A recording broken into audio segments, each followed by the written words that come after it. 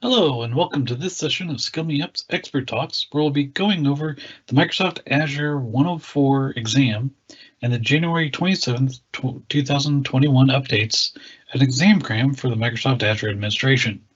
Please sit back, relax, and enjoy the session. My name is Kit Skinner, and I will be your instructor for this course. I'm an architect, trainer, and consultant that has been in the IT industry for over 20 years. I currently have multiple Azure and 365 role-based certifications. I'm an Azure certified trainer, and you can find me on active social media links provided on the slide here. Please feel free to reach out to me directly if you have any questions or want any additional insight on anything after this course. This certification is part of a pair of certifications that can prepare you for the AZ-400 Microsoft Azure DevOps solutions. This gives you a good baseline understanding of the Azure administration facility and helps you prepare for the Azure administration roles. The AZ-104 exam consists of 3 hours for all questions. Passing mark is 70%. This is generally a 700-point scale on a 1,000-point system. No penalty for wrong answers.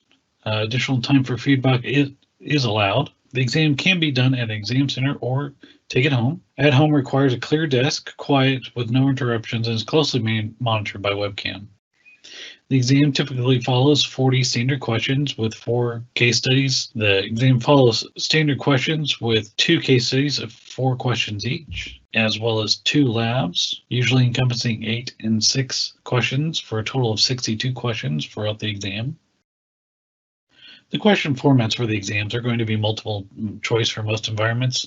There will be some with choose 2 to 3, as well as some true false. There will also be questions around placing steps in the correct order and filling in gaps using drag downs and drag and drop. Case studies will have a full description of a customer scenario and requirements, and they'll progress throughout the entire case study. All questions around those case studies will reference the same customer scenario and the requirements that were stated in that scenario. The labs are going to be web-based lab environments implemented using Azure Portal or Cloud Shell, depending on the questions that are asked. The tasks are isolated. They do not build on top of each other, unlike in the case studies. As a tip, a lot of times the questions can be marked for review, so that you can go back and look at them. Not all questions can, especially those that are dependent on other pieces. The labs and case studies are quite often not able to come back as marked as review. Make sure on the lab tasks you're differentiating between the plan to and need to sections. Those are key when they're asking about figuring out which steps you need to be doing. The AZ-104 exam expands on the AZ-103 previous version of the exam. However, you'll see there are some key differences. Of note, the implement and storage percentages has dropped down, but their increase on deploy and manage Azure Compute Resources increased. And furthermore, it's Azure Compute Resources, not just the virtual machines themselves. There's an expansion and focus on the Azure Compute sections. In addition, the managed identities is brought into the governance, and the monitor and backup is pulled out as its own separate section. You can always get the latest exam content changes at the document listed below. There are also some updates specifically around managed storage that will be happening on January 27th that are different than the initial release of the AZ-104 exam. The first section on the AZ-104 is the Manage Azure Identities and Governance. Let's take a look at that. Again, this can be between 50 to 20% of the exam. In the Manage Azure Subscriptions and Resources, they'll be managing the Azure AD objects. These are going to be users, groups. They can also be managed user and group properties, managing device settings, performing bulk updates, working with guest accounts that are from B2B of other Azure AD connections, as well as configure Azure AD join and self-service password reset. Beyond just the typical Azure AD objects, we'll also be focusing on manage role-based access controls, RBAC. These will include creating custom roles, providing access to resources by assigning roles, scoping those assignments to subscriptions, resource group roles, and resources, interpreting the access assignments of defined roles and understanding what the resulting access is, managing multiple directories with Azure AD tenants. In addition, managing subscriptions and governance, configuring Azure policies and resource locks, as well as applying tags and creating and managing resource groups, moving resources between those resource groups, removing resource groups, and managing subscriptions, as well as the cost management and managing groups. When you're working with Azure AD, users typically fall into 2 general groups, cloud only, which are managed through Azure AD and have full control over all attributes. In addition, Azure AD can synchronize with an on-premise traditional Active Directory environment. The accounts that are replicated from that on-premise Active Directory environment come across as synchronized, and they'll be managed through on-premise AD and synchronized via the Azure AD Connect resource. Groups in Azure tend to follow two general types of security and Office 365, and these focus around name description. And the member type can either be assigned, dynamic, or dynamic device. Some of these examples are provided on the screen in the slide. As an example, a single user department with sales. In addition, you can have a user in multiple different operations and quality. Can have a mail value, as well as multiple expressions around departments and job titles for dynamic environments. Device management can also be achieved through Azure AD. Some of the benefits including single sign-on as well as Windows Hello authentication, enterprise state roaming using the Windows Store for Business, and restriction of access to common devices. Management devices can be per user using local admins, BitLocker key recovery, disable device, prevent access and deleting device. As a rule of thumb, you should use Azure AD registered devices for personal devices to be managed to manually register devices with Azure AD. Azure AD joined devices are for those devices that are owned by your organization, devices that are not joined to the on-premise Azure AD, and to manually register those devices with Azure AD or to change the local state of the devices. Hybrid Azure AD joined devices can be for those devices that are joined to an on-premise AD. For those devices that are owned by your organization or for devices that are joined to an on-premise Azure AD, you can use these to automatically register devices with Azure AD and also change the local state of local devices. For the Azure AZ-104, you also need to understand the bulk operations around Azure AD. These can be doing bulk creates, invites, and deletion of the users via a CSV file imported into the environment, or deleting groups or multi-select users. This will also be achieved via PowerShell. Many of the commands fall under the AZ-AD commands or in their legacy Azure AD commandlets. There are also CLI commands for managing some of these environments, primarily focused around the PowerShell commands and the portal commands. Guests or B2B users are users that are sourced from another Azure AD tenant that you invite into your tenancy. When a user is invited, a record of that user is stored in your tenant, and you can even assign access to that guest user using account line systems or directly assigning them to groups or permissions. For example, let's say you're from a partner organization and you're working on collaborating on a project and deploy some Azure resources, and you'd like to give permissions to deploy those resources to a resource group, but you don't want to manage the credentials or have to worry about storing the password. Adding that account as a B2B user to your tenant makes this very easy. To invite the account, you'll just need the email address, which is generally a username in Azure AD tenants. With a single piece of information, you can then send an invite to the user. Once the account's been invited, the account will and accepted, the account will appear as a guest in your Azure AD tenant or an external user as well. From there, you can grant the account permissions to the resources the same way you would any other native user in the tenant environment. You could then create a resource group in the Azure subscription and assign this guest account as a contributor to that resource group to grant the ability to create any resource within that resource group. Any policies, restrictions, or any other settings that were made in the subscription environment will also be adhered to by this account. Another thing to be aware of is the self-service password reset option that's available in Azure AD. SSPR can be enabled through the Azure portal. When enabling the SSP, you can scope out the functionality to a particular group, so you can roll out the feature in waves of users rather than doing all users at once. As part of the configuration, you can also select the authentication methods for the SSPR. This can be email, phone, office phone, security questions, and then finally configure the registration options, whether the registration is required to use SSPR and the number of days for reconfirmation.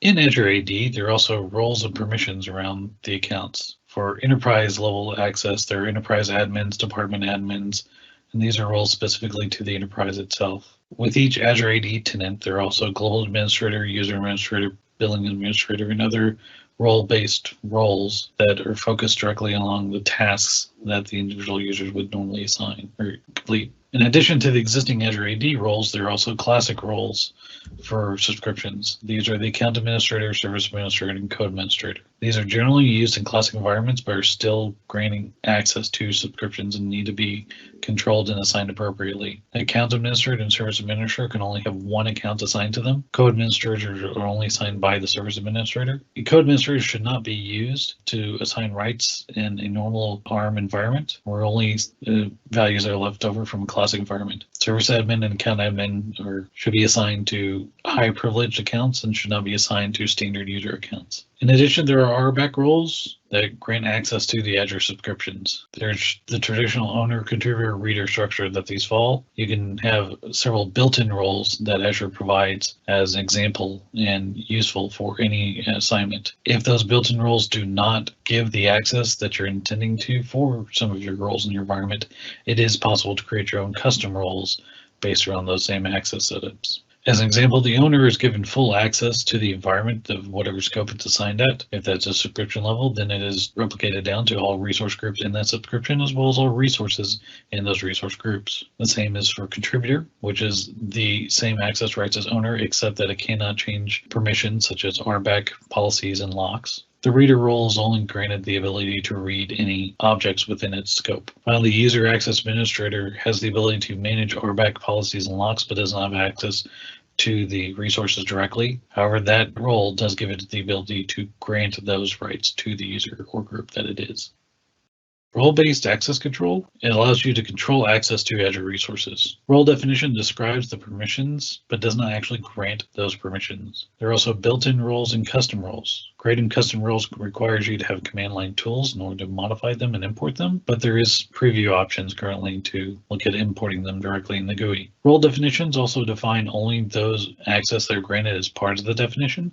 They do not deny access to any of the roles or accessing any systems. Roles are therefore designed to be additive by nature. The idea is to have least privilege access, so a role should only define access to those resources and tasks that are intended for that role. Multiple roles can be assigned to a user group in order to give it a summarization of whatever access is needed. With a defined role, a user or group can be assigned that role based on the scope that is needed. Any role assignment includes the role to be assigned, user or groups to be assigned to that role, and the scope at which they're being assigned. Roles assigned at the subscription level will be inherited down to resource group and resources. It is important to understand the RBAC role definitions. This is an example of the key vault contributor role. Notice there are actions listed, which are given rights to access the key vaults and tasks related to the key vaults. The actions and non-actions are always listed in the format of resource provider, followed by the resource type, followed by any actions that are going to be limited. Asterisks can be used for wildcard. As a note, the Microsoft.authorization asterisk read does not define the particular types of resource types that will be able to access, but it gives the ability to read any authorizations. Authorizations would be any RBAC roles, locks, or permissions. This does not give them the ability to change anything, as we're defining the action as read, which is only the ability to read those settings. While the action of Microsoft.keyvault/asterisk does give them all access to a key vault, the non-actions below cause the location to delete vaults and purge action, as well as the ability to manage SMP pools to be removed from this role. This does not deny them ability, it just does not include this in this particular role. In addition to RBAC roles and access, policies can define what resources and properties are allowed. Policies are not personal and are assigned to all users for a particular scope. Policies are defined via definitions in the environment. They can also be optionally grouped together as initiatives. Policies can further be generalized by using parameters to where each assignment has the appropriate settings that are needed for its deployment. They are applied via assignment. Specifically, scoped assignments and parameters are included as part of the assignment. Exclusions can also be applied to limit the scope of the actual assignment. They're effective on resources during the write operation. However, they do not impact any existing resources or on read or delete operations. For those resources that are existing before the policy was applied, the compliance report can state which resources are not currently in compliance. Remediation of following steps can then be applied to those resources. Resource locks can be applied in the environment to prevent accidental deletion or changes to resources. They're applied to a scope, just like policies and RBAC roles are. They can be applied to a scope of a subscription, resource group, or resources. The types are defined as read-only, in which a user can't delete or modify a resource, or cannot delete, in which authorized users can make changes, but they can't delete the actual resource itself. Child resources will inherit locks from the parent scope. In the Azure space, subscriptions are a key function for defining how resources are utilized. They can typically be thought of as administrative security boundaries, as well as billing scope and scope of many service limits, as well as containing the organization for the resources. Subscription can be contained in an enterprise agreement in which the consumption is tracked against the committed spend, or marketplace purchase billed separately. They can also be created as a web direct, in which case they can be signed up via the web. A credit card or invoice payment is required for these types of subscriptions. There are also trial subscriptions that can be generated, that can be used for free trials or part of an MSDN subscription. Resources are disabled once the free credit expires. Adding payment method can be continued used and move them over to a standard direct type of subscription. When working with Azure, there are a few different ways to organize the resources. Key function of any resource is the resource groups. These groups are within a subscription and can be used for scoping RBAC policies and locks, and are also part of a deployment management container. You can move resources between resource groups. Resources and resource groups can be moved between subscriptions within the same tenant, depending on what the resource requirements are. Subscriptions themselves can be moved between tenants, however, there are permissions and impacts around those. There are some exceptions that are listed here in this link that you can view for future reference. Whenever you're moving resources, you'll need to make sure that all the common related resources are moved together.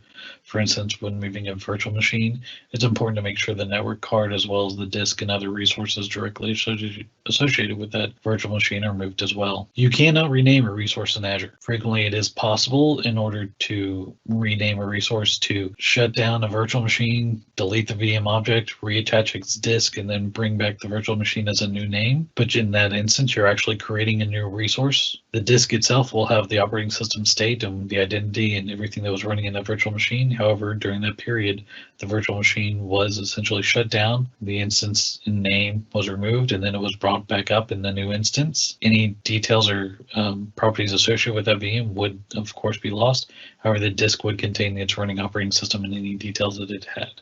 Tags are a useful tool for helping identify and work with the existing resources in Azure. They're based around the name value pair. They're assigned to the resource groups or resources. Some common scenarios that are used for tags are billing chargeback to individual departments, identifying ownership of individual resources, identifying what type of environment that these resources are intended to be used for, or the application that they're providing services for. They can be enforced using policies, and you can also query resources by tag either through the portal or through command line to help minimize and identify your resources for a particular service. As part of all Azure subscriptions, Azure provides a cost management solution. In this, it'll show you cost analysis as well as budgets and alerts, invoices and billing as well as payments. There's also the option to export the data and access the data via APIs. In this particular example, we're showing the expected utilization and cost of resources for the month of October. You'll see that it lists out the different services by type, location, as well as the metered category. There are also options to view resources by resource groups, identify what where the costs are going. You can also filter by group or by tag name as well. The dark green area of the graph shows what the actual accumulated costs are. The light green at the end of the month tells you where the expected costs are going to be projected towards the end of the month.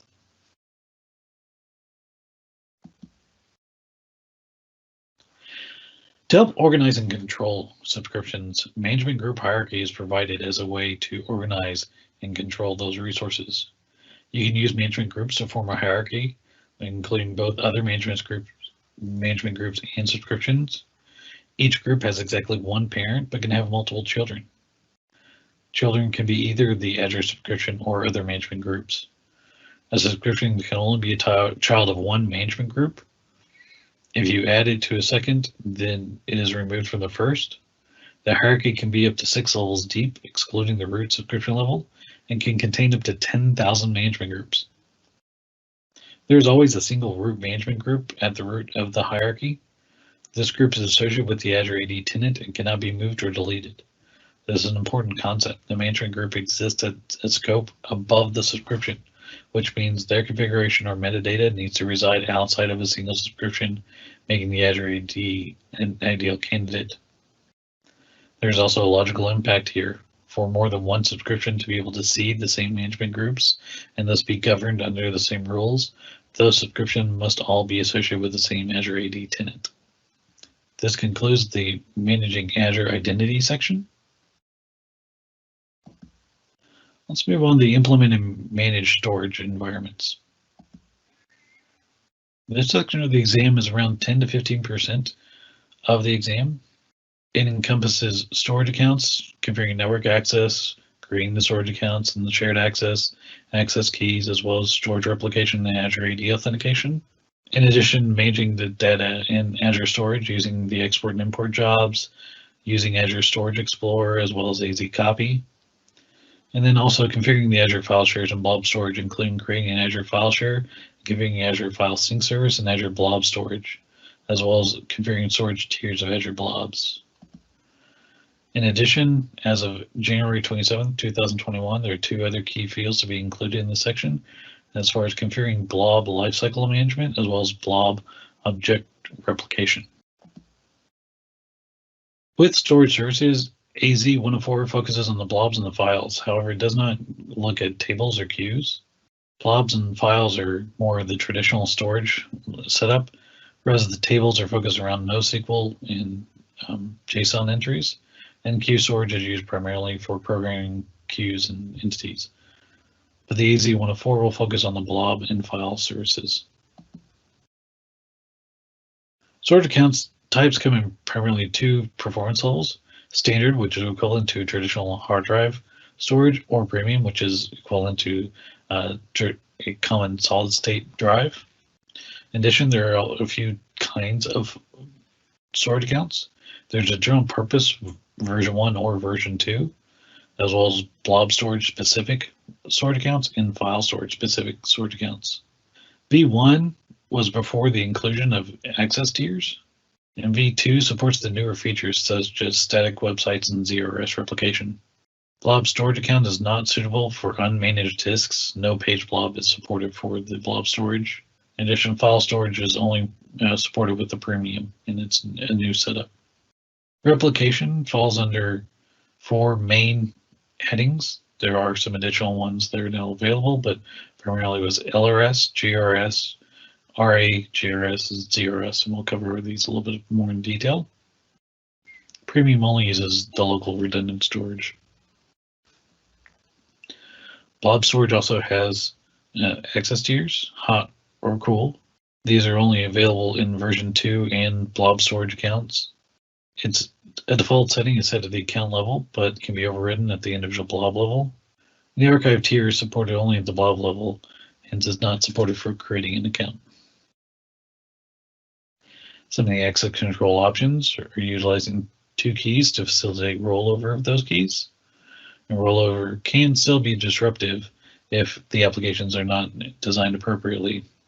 SAS tokens are also possible, where they specify explicit access details within the token itself, or the SAS token with policy, where we can delegate access details to the policy and allow changes in revocation without necessarily rolling the keys. There's also blob level access, including private, blob only, or container level specific access. There's also Azure AD Integrated Access Control using Azure RBAC for identity-based access to blobs. This uses directly authentication requests to Azure AD and retrieving tokens. This is available via either general purpose 1 or 2 or blob storage accounts. And they grant permission at the container level. You can also use user delegation SAS tokens signed by Azure AD credentials and not the storage account key, but this is available via blob storage accounts only. At the bottom here, you'll notice the built-in RBAC roles for dealing with data. You'll notice that they all start with storage blob and primarily are data at the following.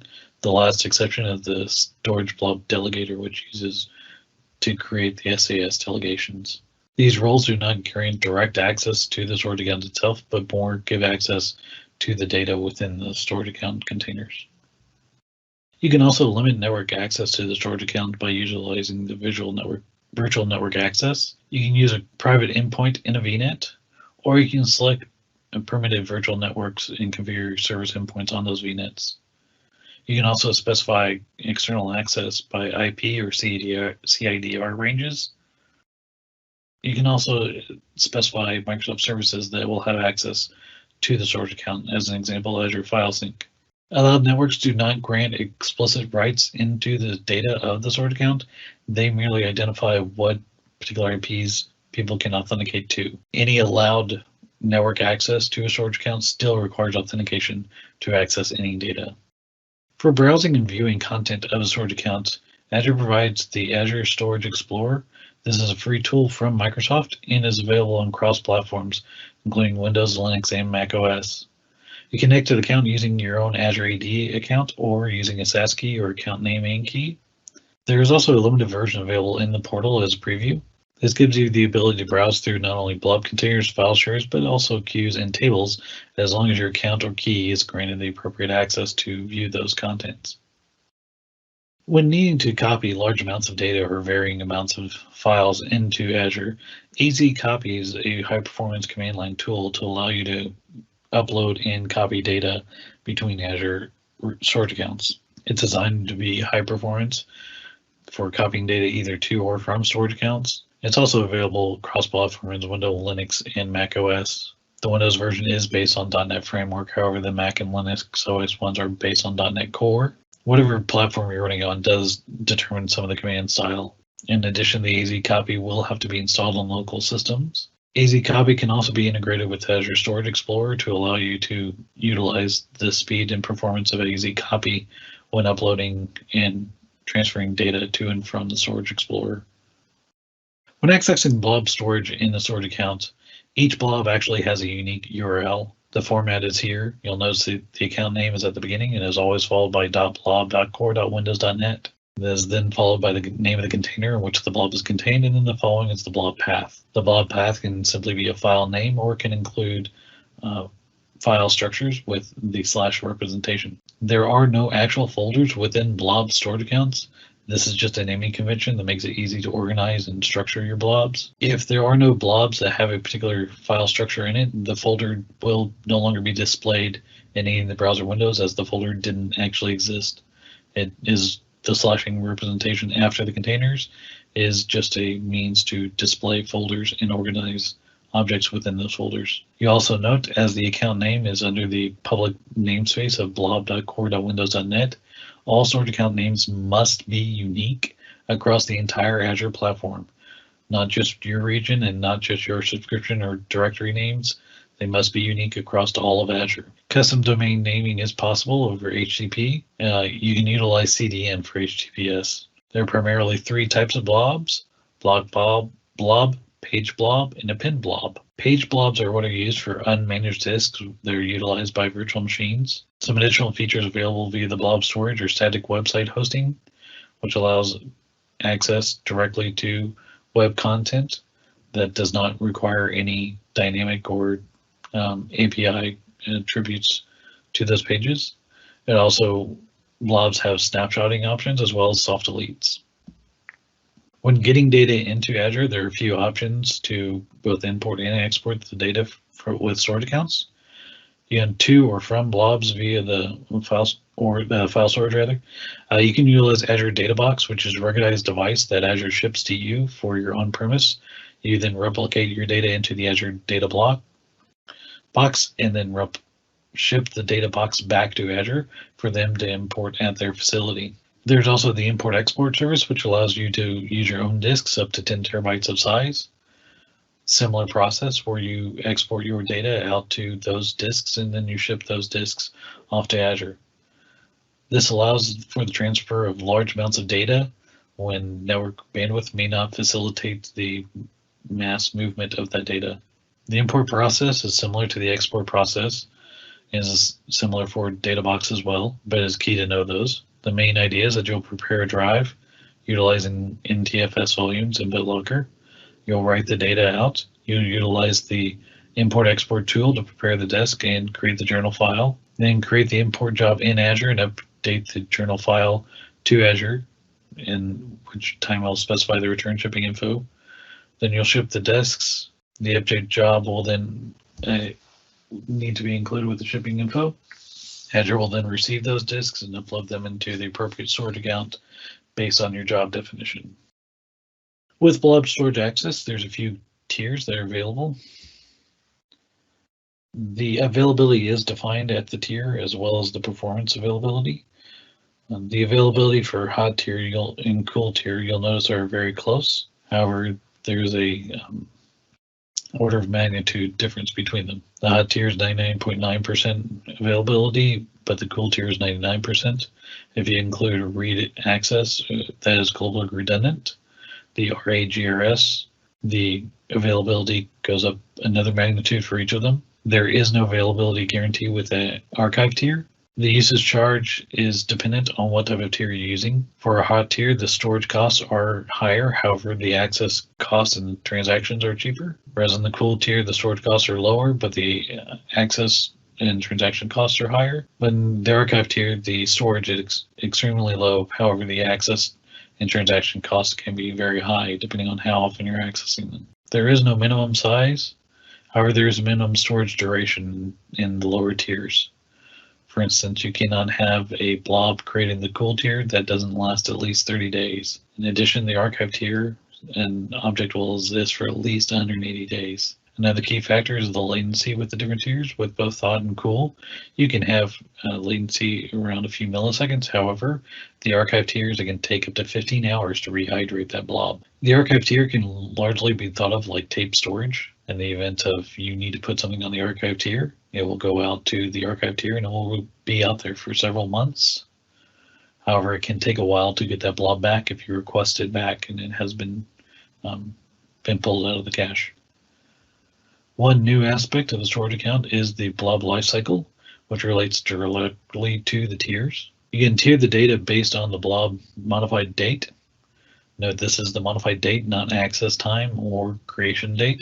It is only available via the block or pin blobs. It cannot be used with the page blobs, which again are used primarily as unmanaged disks for VMs. You can use it with either the base blob, snapshot, and or versions of those blobs. You can either move them to another tier or delete them. Further, you can filter what is actually going to be tiered based on either container, prefix, and or key values if they're indexed. The rules are also backed by JSON, but in the GUI they're displayed as a drop down, or in the portal. The rules are backed by JSON, but they have a GUI display in the portal to make it easier to manage and manipulate them. Traditionally, the rules are to have the objects move from the hot tier to the cool tier, then finally the archive tier, and then if needed, deleting them out of the environment.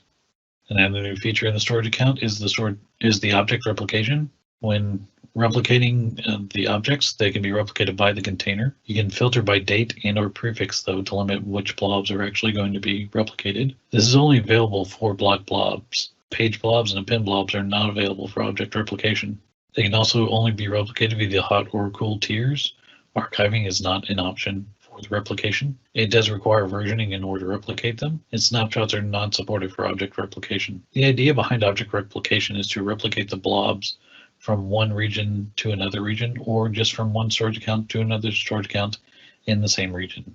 This provides an automatic async one-way replication for the content of a container. Different containers within the same storage account can have different replication rules and different replication partners. In addition to blob storage, file storage is provided by storage accounts. You'll note the naming context is very similar to the blob storage.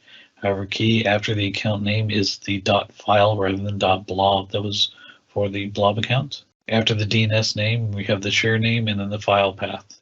Unlike in the blob account where there was a container, we now use shares for file share. And the file path on files, the folders that the files are in are actually objects themselves and do exist outside of the files.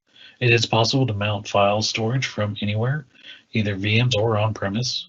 You can also mount them via Windows, Linux, or Mac OS. You can have up to 1 terabyte per share and up to 1 terabyte in file size. Standard and premium tiers do support file storage. However, for the premium tier, you must create the storage account as a file storage account type, which only supports LRS local redundant storage, or ZRS, zone redundant storage. The offers provide SSD backend shares with higher IOPS and throughput. With the file storage option in storage accounts is the Azure File Sync option. This allows you to replicate the Azure file content down to a storage server running either on-premise or in the cloud.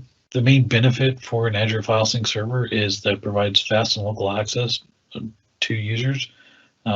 It enables Kerberos, NFS, and FTPS access, as well as multi-site replication and cloud tiering option. In the cloud tiering option, it caches only the recently used files on the file storage. Any other contents of the Azure file share is left as a stub, and the data will be downloaded the first time a user accesses that file. This allows for a limited amount of storage on the local file server without actually having to replicate the entire file share content.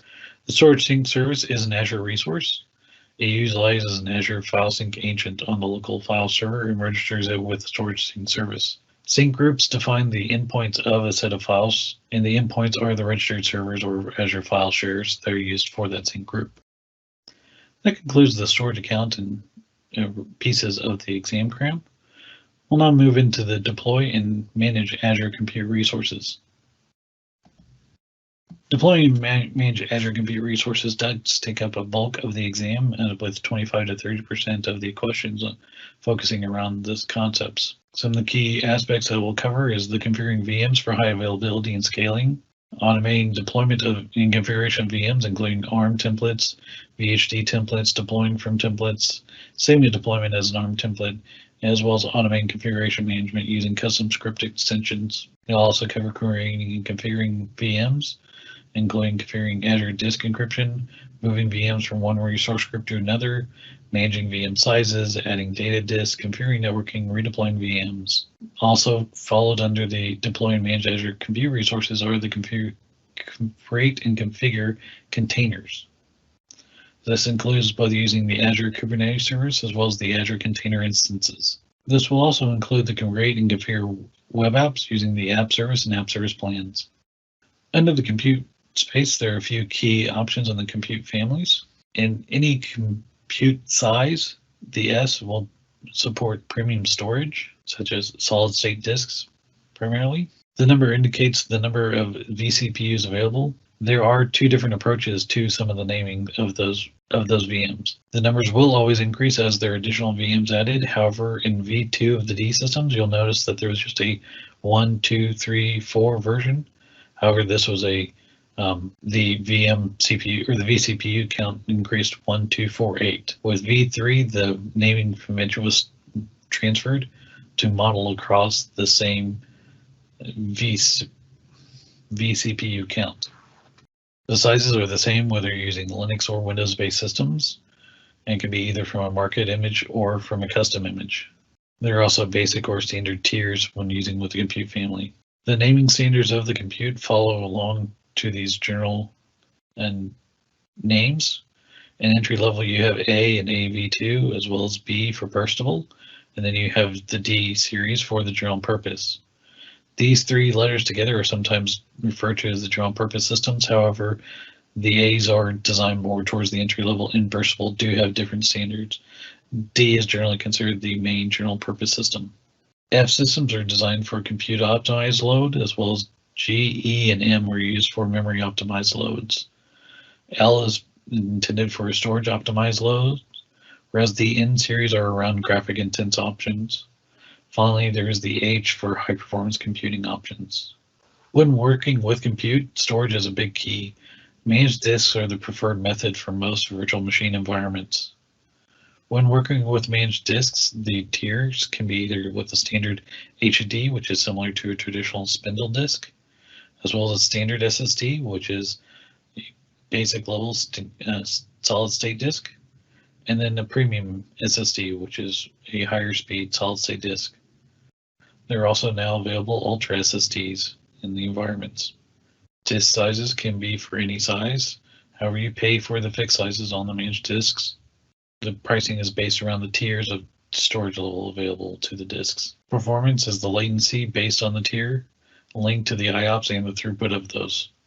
VMs also limit IOPS. Just adding on disks may not increase performance if the VM is limiting the performance. Caching disks and temporary disks are also assigned to the virtual machines and provide additional options for the systems. These are the four main categories of managed disks available to virtual machines. Standard HDD is the only traditional standard spindle disks in the environment. All others are solid-state design disks. The max disk size for all disks is usually 32 terabytes, except for the Ultra disks, which go up to 64 terabytes. You also notice the Ultra disks go up to 2,000 megabytes per second. However, the standard can only achieve 500 megabytes per second. The max IOPS are also defined by the tier of the storage and can go up to 160,000 IOPS. And there are only certain VMs that are compatible with Ultra and Premium disks. However, standard SSDs and standard HDDs are available across all VMs. Notice down at the bottom the naming of the standard of the VMs. You have the standard DS2 V2 in those particular systems.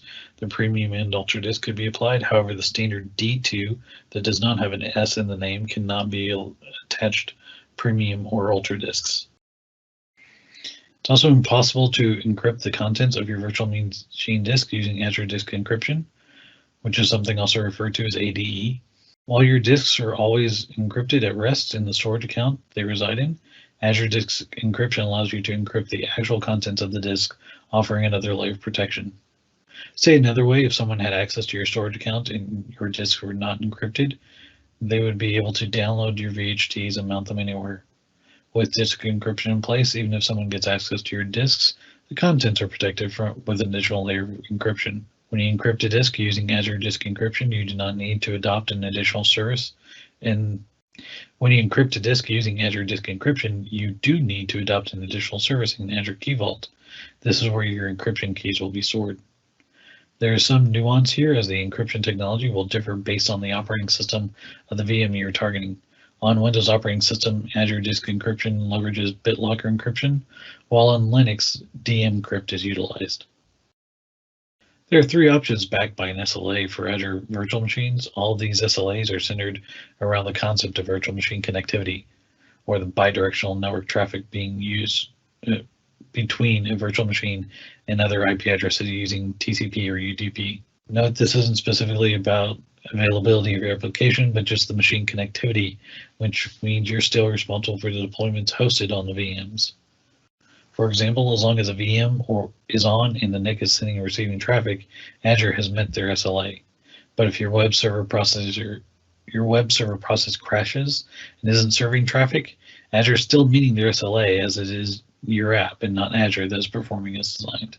First, you can achieve an SLA of 99.99% or 4 nines when you provision 2 or more virtual machines across 2 or more availability zones. The SLA applies to at least one instance having connectivity at least 99.9% of the time.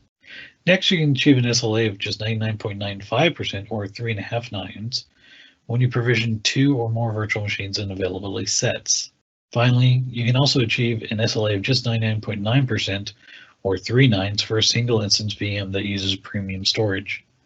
If you don't use premium storage for your single instance VM, there is no SLA provided by Azure. Also, to achieve the connectivity SLA, all of the disks, operating system, and data associated with the storage instance must use premium storage. In the case of availability sets and availability zones, since we're talking about workload tiers, we'll often have other resources to help balance the traffic the tiers, such as load balancer or application gateway, to ensure HTTP traffic is distributed to the operational members of the set. In the compute realm is also the concept of VM scale sets. VM scale sets are a collection of identical VMs, either using big compute, containers, web farms, or frequent examples of scale sets. They implicitly use an AV set, load balancing networking. The instance count support can be over 100 for a single placement group. The instance count support can be over 100 for a single placement group that is set to false creation, and up to 600 instances using a custom gallery, or up to 1,000 if you're using a gallery image. You can automate deployment using a custom script or using PowerShell DSC extensions. You can also auto-scale the virtual machines based on the load on the virtual machines in the environment. This can allow you to scale up virtual machine count automatically based on the load in the Azure environment. Deployment of virtual machines can be done either through the command line, through the portal, or via template. And you can also utilize extensions of PowerShell DSC or a custom script. Templates are used for deploying all resources in Azure. They're declarative deployment utilizing incremental or new updates. The template language utilizes parameters, variables, resources, and outputs, as well as template functions, and depends on to define the order of operations for deployment. All templates are in JSON format and is available via VS Code extension support. Some sources for templates are the quick start templates that are published in Azure, as well as exporting from existing resources or resource groups and deployment history of previous deployments. Custom virtual machine images can be created utilizing generalized or specialized images. It creates a reusable image for multiple VMs as a point-in-time snapshot of a specific VM. For Windows, you'll want to make sure that you sysprep the systems, as well as on Linux running the WA agent command. The source images will need to be shut down and deallocated to the VM, and then capturing the virtual machine. The image can then be placed into a shared image gallery for centralized management, as well as global replication. And you can create the virtual machines from the existing image. Virtual machines extensions provide a way to automatically configure and deploy software onto VMs. These can include options such as anti-malware, configuration management, custom script, or PowerShell DSC. Extension deployment can be done either via the portal, directly in a template, from the command line, or enabled as part of VM scale sets. Planned maintenance can also be done within the Azure space. If there's maintenance happening in the Azure space, they'll let you know. You can complete the maintenance now or wait for scheduled maintenance in a given window. There are reboot list planned maintenance options that will just do a live migration of your resources to other hardware. Some will require a reboot, and those are given a 30-day window to complete their operations. Operations can include resizing, stopping deallocating, password reset, redeploying run command also for yourself on all virtual machine environments. In addition to management, you can also delete the virtual machine or just the disk or just the NIC or public IP that are associated with those virtual machines. In addition to virtual machines and virtual machine scale sets, there's also the Azure Kubernetes service.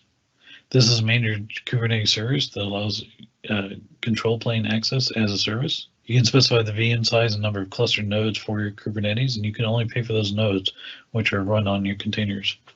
Only pay for those nodes which run your containers. These can be managed via the portal, templates, or via the CLI. It does include both Azure AD and Azure RBAC Access Control, including logging and monitoring, cluster node scaling and upgrade, as well as networking using VNet integration and HTTP application routing. A Kubernetes cluster architecture follows these key design principles. At a high level, it's made of two main parts, one or more of the cluster master nodes that provide the core Kubernetes services, such as the API server and scheduler nodes, which host a container runtime. With AKS, a single cluster master is created for you as part of the managed service. There is no cost for the compute associated with the cluster master, as it's considered part of the management plane of the AKS service. Meaning you won't ever have to say SSH to your master. You'll only ever interact with it through the Azure portal, the REST APIs, or kubectl or the Kubernetes dashboard. It also means that critical operation tasks such as cluster upgrades are going to be executed through the API plane as well. This is an example of some of the AKS CLI commands that are available, not only creating, scaling, showing those, but also upgrade, browse, and then finally deleting clusters. Azure container instances are a simple way to run a container in Azure. They're isolated containers. They provide task automation and simple application. For complex applications requiring orchestration or multiple containers, use AKS or your own orchestration service on premise or in your own environment. AKS includes public IP and DNS, as well as hypervisor level security. You can provide custom sizes to pay for only what you need per second, and persistent storage using Azure Files. Container groups, top-level resources, collection of containers on the same host with shared storage and networking. You can also set the restart policy to either be always, never, or on failure. The Azure App Service is a managed hosting of web applications. The code of the Azure App Service can either be a .NET Core, ASP.NET, Java, Node, PHP, Python, Ruby, and the containers can either be a Windows-based core or Linux core. There's also a comprehensive feature set working with CI/CD, source control, build integration, or manual deployment. There's deployment slots for staging, test, production, for fast, safe deployment and rollback. Managing application settings via connection strings, SSTLS, and custom domain support, as well as integration with alerts, metrics, log analytics, with application logs and application insights, and many more services with the App Service sections. App Service plans are the underlying resources you use to host the app. The pricing tiers are based around free, basic, standard, premium, and isolated. Free and basic are only intended to be used for dev and test environments. Any production environment should at least be in the standard and often in premium or isolated environments. The App Service plan will also determine what your underlying operating system as well as node count and size. The node count can be either a manual set or via an auto scale setting. The App Service plan will also determine your shared file system that will be utilized by the applications that use the App Service plan. You can host multiple apps in a single App Service plan environment. App Service environments are also known as isolated tiers, are dedicated standalone instances and can be attached directly in your virtual network environment. This allows for direct private access to your ASCs and isolated environments running in Azure that can also be accessed via VPN environment. This concludes the compute section of the Azure Cram exam. Let's discuss the configuring and managing virtual network environments. Configuring and managing virtual networks is also a bulk of the exam, and along with the compute. This is going to take up 30 to 35% of your exam generally. We'll cover the implement and managing virtual networks as well as creating and configuring VNet Peering, configuring private and public IP addresses, network routes, interfaces, subnets, virtual networks. In addition, we'll also go over the name resolution options for virtual networks, including Azure DNS, custom DNS, and private and public DNS zones. We'll also discuss securing access to virtual networks, utilizing NSGS security rules, the effective security rules of NSGS, Azure firewalls, and Azure Bastion services. We'll also discuss load balancing, utilizing application gateways, internal load balancer rules, public load balancers, and troubleshooting load balancers. Monitor and troubleshooting virtual networks, as well as monitoring the on-premise connectivity using Network Performance Monitor, Network Watcher, external networking, and troubleshoot virtual network connectivity. Finally, we'll also discuss how you can integrate with on-premise networks, including utilizing Azure VPN gateways, configuring VPNs, Express Route, as well as Azure Virtual WANs. With virtual networks, address spaces are defined at the network level. They can be either one contiguous address space or multiple address spaces.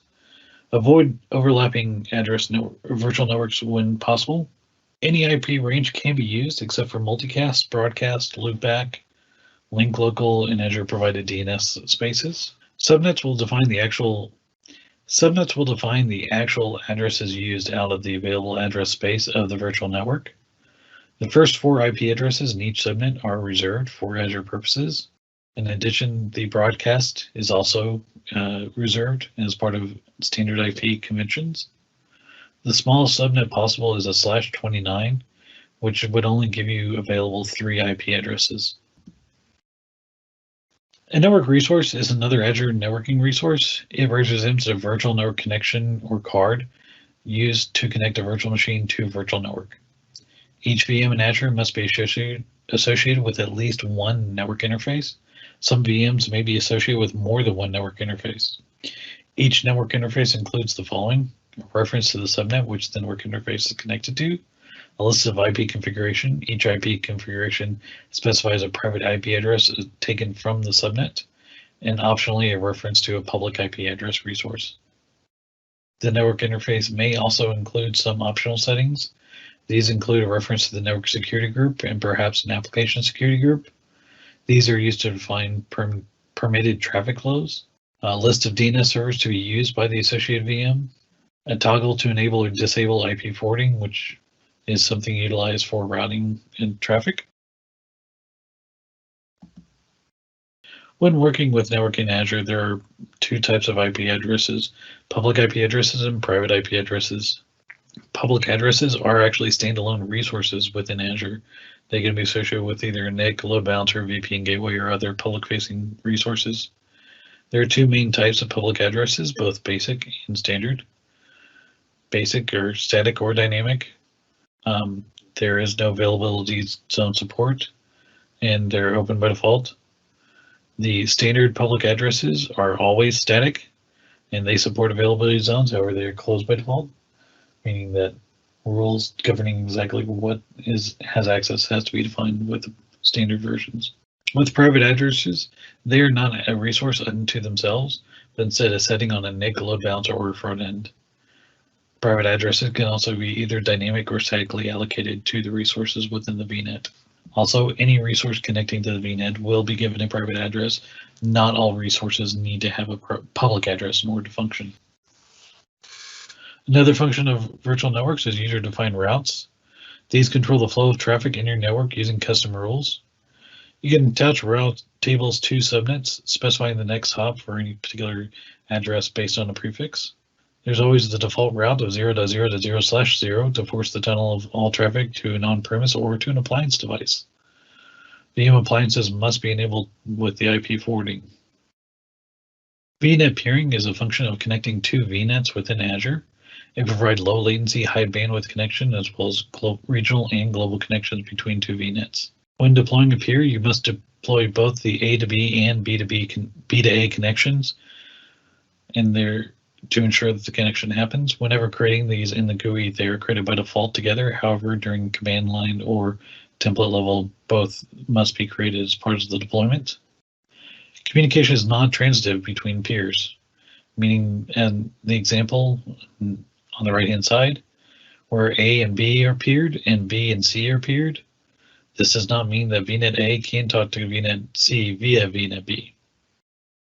In order for A and C to communicate, they would need to be a peering generated directly between A and C. There are not too many settings on VNet peerings. Basically, you can enable and disable connectivity between the peered networks. This basically allows or disallows traffic from the peered network.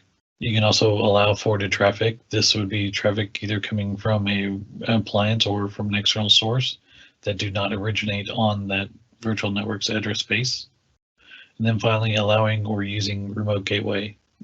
Allowing gateway transit would allow for a peered resource to use the virtual network gateway on that VNet. Conversely, use remote gateway tells that the existing VNet or the current VNet to utilize the virtual network gateway on its peer network. In addition to virtual network space, there's also Azure DNS. The hosting is internet-facing DNS zones and record sets, all common DNS record types, as well as integration with other Azure resources. When working in a virtual network, Azure provided DNS is the default setting. It's only working within the existing virtual network space. You cannot control the DNS suffix or add additional DNS records, but does include recursive DNS services. Private DNS zones can be incorporated then into VNets. This allows for registering multiple different VNets and resolving across multiple VNets. This allows full control of the DNS suffix, as well as adding additional custom records and recursive DNS services. You can also bring your own DNS. This can be used also across multiple VNets and hybrid network connections. It is configured on either the VNet or the NIC level. It allows full control of your DNS suffixes and all DNS features, and allows you to add additional DNS records, but you must provide recursive DNS services. This is commonly used with AD join VMs. And to secure and limit network traffic, network security groups provide a stateful network ACL. This can define either an allow or deny of both an inbound or outbound connection. And it's based around the source and destination IP and ports, as well as the protocol. They can be associated with either a subnet or a NIC. They're applied in priority. There are default and custom rules that are available with NSGs. You can also include service tags to define types of service rather than just IP-based route restrictions. As an example, in this particular setup, we have a network security group where we're allowing the web security group and web data coming in, as well as a SQL security group. In this particular setup, we're allowing the web traffic via the web security network security group that's coming from the internet in any port range from the source by coming into the virtual network over 80 or 443 using TCP. And then below we have the SQL security group, which is allowing traffic within the local network, where we're allowing private addresses to connect to the private address space that are utilized by the SQL security group of 10.2.2.0/24 using 1433, and then follow that up with a deny rule. We're denying any other traffic that does not coincide with the 1433 space. Because the web servers are associated with a load balancer that has a public IP address, they're the only ones that would have access coming directly from the internet. Because the SQL servers only have a private load balancer, they would not receive any traffic from the outside world across the internet. In addition to network security groups, there is the Azure Firewall. Traffic filtering can be at the network and application level and utilize threat intelligence. All traffic flows go through the firewall, including inbound and outbound, and can be configured as a spoke-hub-spoke configuration. This also supports hybrid, VPN, and express route connections. Centralized management of the Azure Firewall allows for governance of all traffic flows in one place across VNets and subnets and logging, as well as through the Azure Firewall Management Interface. It is a fully managed PaaS service with dedicated subnets and UDRs, and with built-in high availability and auto-scaling. It does not matter which firewall you set up, they immediately have auto-scaling and will continue to scale as much bandwidth as utilized by your systems. A common requirement is to secure remote access to virtual machines, whether that's remote access is via remote desktop or SSH. It's considered unsafe to expose them directly. A common requirement is to secure remote access to virtual machines, whether that remote access is via remote desktop or SSH. It is considered unsafe to expose the remote access endpoint directly to the internet. One solution is to access the VM via its internal IP address by using hybrid network connections. Where a hybrid network is not available, a second option is to access the VM via an intermediate server, sometimes called a jump box. In this model, you connect first to the jump box and from there to the VM you wish to manage. While jump boxes are widely used, they also bring their own problems, since they must be paid for and maintained. That includes hardening the jump box against attack. Azure Bastion provides an alternative to using jump boxes. It also secures remote access to the Azure VMs via their private addresses directly from within the Azure portal. This avoids the need to expose the VMs to the internet, preventing port scanning attacks. As a fully managed service, Azure Bastion avoids the maintenance overheads associated with running your own jump boxes. Azure Bastion is hardened against attacks and always up to date with the latest patches. Since Azure Bastion provides remote access directly to the Azure portal, your local network only needs to provide standard web access. This is extremely useful when accessing Azure VMs from networks that do not allow RDP or SSH access.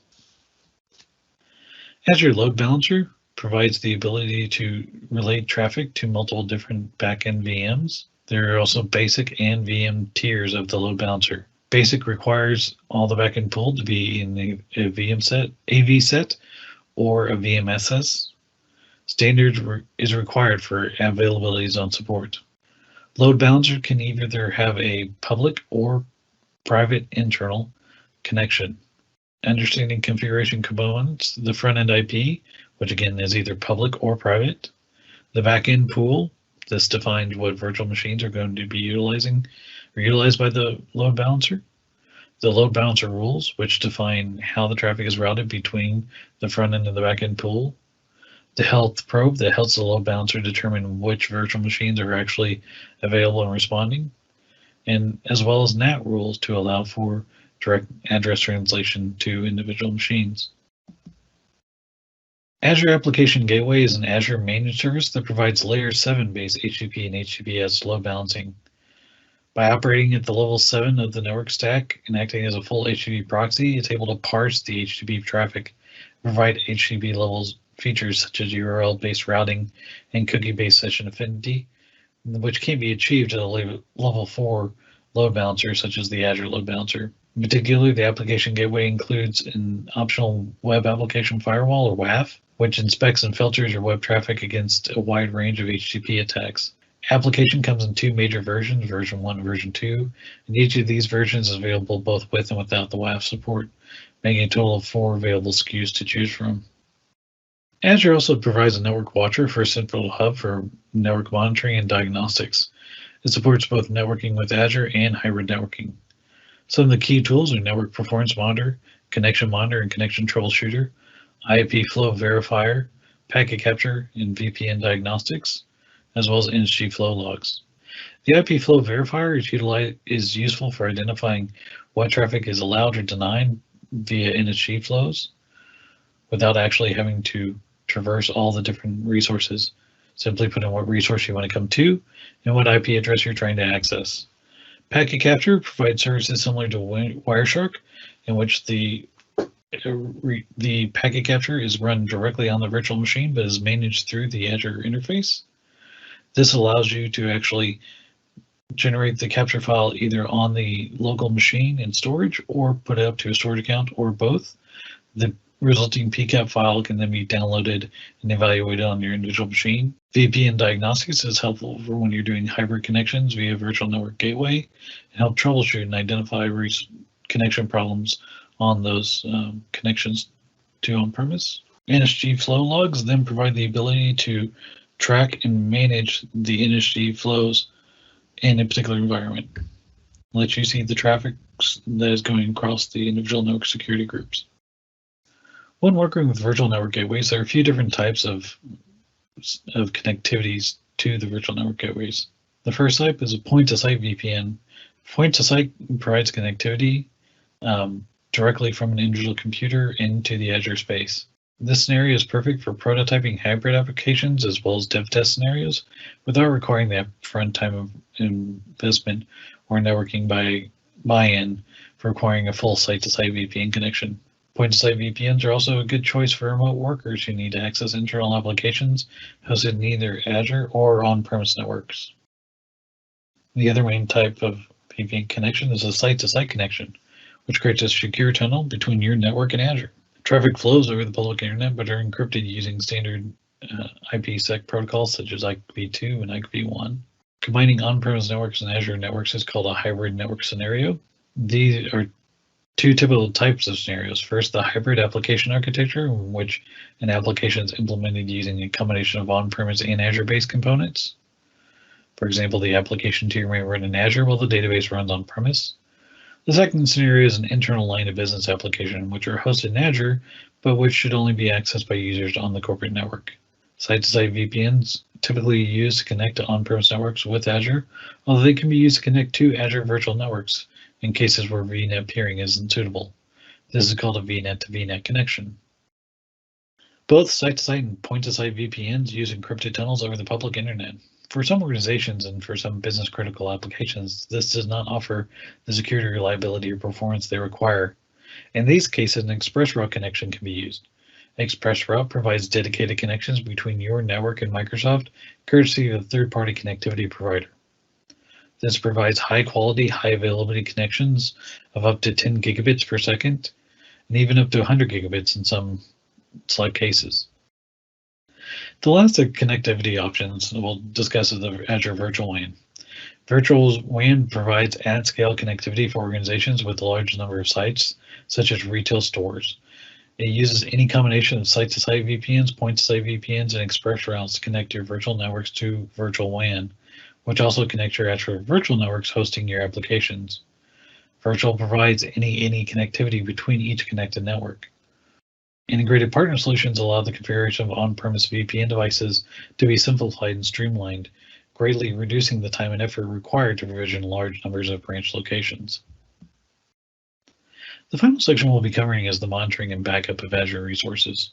Monitoring and backup in Azure resources does cover between 10 to 15% of the exam, but is critical to any Azure administration environment. The main things we'll focus around is monitoring resources using Azure Monitor, configuring and interpreting metrics, analyzing metrics across the subscriptions, configuring log analytics and implementing a log analytics workspace, as well as configuring diagnostic settings, querying and analyzing logs, creating a query, saving a query to the dashboard, and interpreting graphs, setting up alerts and actions, create and test alerts, create action groups, view alerts in Azure Monitor, analyze alerts across subscriptions, and configure application insights. Also covered the implement backup and recovery, configuring and reviewing backup reports, performing backup and restoring operations by using Azure Backup Service, creating a recovery services vault, using self-delete to recover Azure VMs, create and configure Azure Backup Policy, and perform site-to-site recovery using Azure Site Recovery. All data collected by Azure Monitor fits into one of two data types, metrics and logs. Metrics are numerical values that describe some aspect of a system at a particular point in time. They are lightweight and capable of supporting near real-time scenarios. Logs contain different types of data organized into records with different properties for each type. Telemetry such as events and traces are stored as logs in addition to performance data so that can all be combined for analysis. For many Azure resources, you'll see data collected by Azure Monitor right in their overview page in the Azure portal. Have a look at any virtual machine, for example, and you'll see several charts displaying performance metrics. Log data collected by Azure Monitor can be analyzed with queries to quickly retrieve, consolidate, and analyze collected data. You can create and test queries using log analytics in the Azure portal, and then either directly analyze the data using their tools, or save queries for use with visualizations or alert rules. Azure Monitor uses the custom query language used by Azure Data Explorer that is suitable for simple log queries, but also includes advanced functionalities such as aggregations and joins. Application Insights is a feature of Azure Monitor. The service is an extendable Azure Platform Management (APM) service for developers and DevOps professionals. Use Application Insights to monitor live application. The service will automatically detect performance anomalies, plus it includes powerful analytics tools to help you diagnose issues and to understand what users actually do with your app. Application Insights works for apps on a wide variety of platforms, including .NET, Node.js, and Java, hosted on-premise or any public cloud. Additionally, it integrates with your DevOps process and has connection points to a variety of development tools. Think of Application Insights as something that developers would use so they have an understanding of the overall health of the application that they've built. Metrics are numerical values that are gathered by Azure Monitor. The sources of the metrics can be either platforms, guest operating systems, or applications or custom metrics. They're used with Analyze with Metrics Explorer. You can also visualize and pin to dashboard to create reports as well as fast alerts near real time. Automation autoscales can also be triggered via the Azure alerts and can be used and can utilize the data retrieved from metrics in Azure Monitor. Multi-dimensional metrics allow for slicing and dicing metrics for greater insights. An example is network traffic may have a destination IP dimension as part of its gathered metrics. Log analytics is utilized to capture resource diagnostic logs from VMs as well as other resources in Azure. You can access the logs via Azure Monitor or directly through the Log Analytics workspace. You can also access them from the individual Azure resource and its log settings. Log Analytics utilizes the custom query language, also known as KQL. You can practice in demo environments, and you can also get hands-on environments using the Get Started queries. Alerts are a key function of Monitor.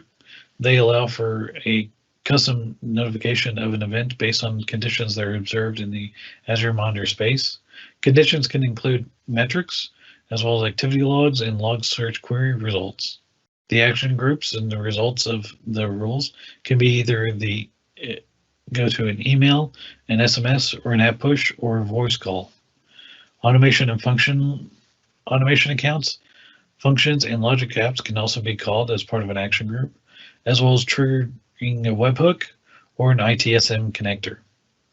You can also specify the severity of each individual alert that is triggered in the environment.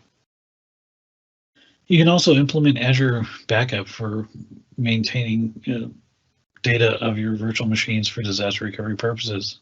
It also supports SQL on virtual machines as well as Azure Files and on-premise backups. Recovery Services Vaults are the keys tool for storing your Azure backup data. They will be in the same region as the VM that you're backing from, and you need to enable geo-replication before enabling the backups. There is no separate storage account, but VMs require access to storage. Encrypted disks enable backup access via the policy and key vault. Retention policies can be defined as either retaining daily backups, weekly backups, monthly, yearly, and there is no time limit.